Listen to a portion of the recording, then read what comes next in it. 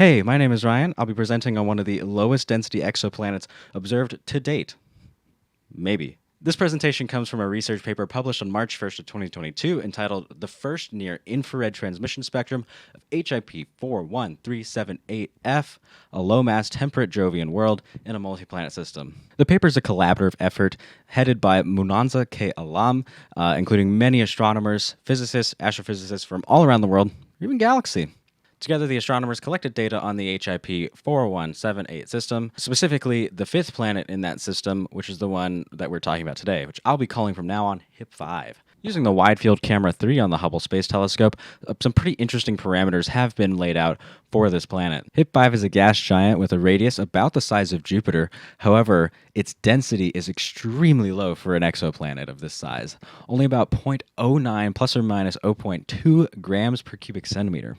This makes it one of the lowest density planets ever discovered. This is significant enough to put HIP 5 into a new subclass of exoplanets that I personally had never heard of before, called super puffs. These extremely light planets have about the same density as cotton candy, so they're like superleggero planets. Not a lot is known about these planets. For instance, the Wikipedia page is only a single paragraph, and in the context of the fact that HIP 5 is a transient observation, it makes sense to kind of question, is the shadow that it casts on the planet really as big as the planet actually is? That's what this paper is trying to uncover. One of the leading theories that could possibly inflate HIP 5's size is some type of a edge-on ring system, not too dissimilar to Uranus in our own solar system. Another idea is the possibility of some type of high-altitude haze or some type of extreme mass loss.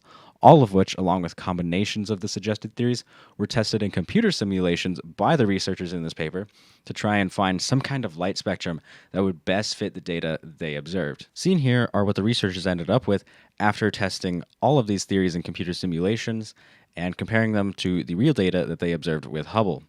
Seen here on the bottom is wavelength, radius of the planet over radius of the star on the left, scale height on the right.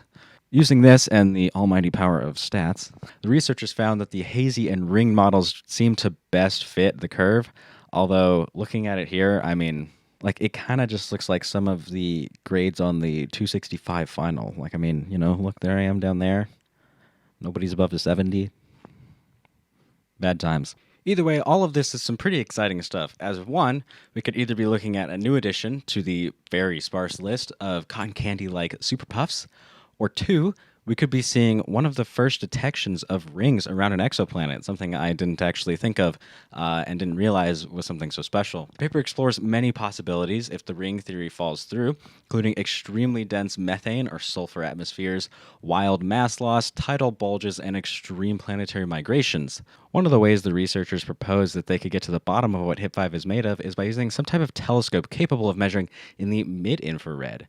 There, it should be a pretty clear distinction between rings and haze, as the absorption curves as they go into the mid-infrared are fairly different in their own simulations. If only there was some type of multi-billion-dollar instrument capable of measuring in the mid-infrared that was extremely accurate, stupidly precise, preferably even farther out than Hubble, to avoid the inaccuracies and lost data due to the Southern Atlantic anomaly, and available to all researchers, used for exoplanet and galaxy studies.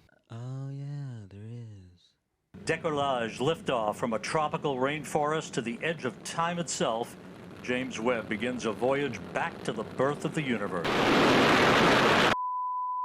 This kind of stuff is really exciting for me. It kind of shows how much we're advancing as a scientific community, that we're able to look at a planet that's 300 light years away and say that it has rings or it has a hazy atmosphere.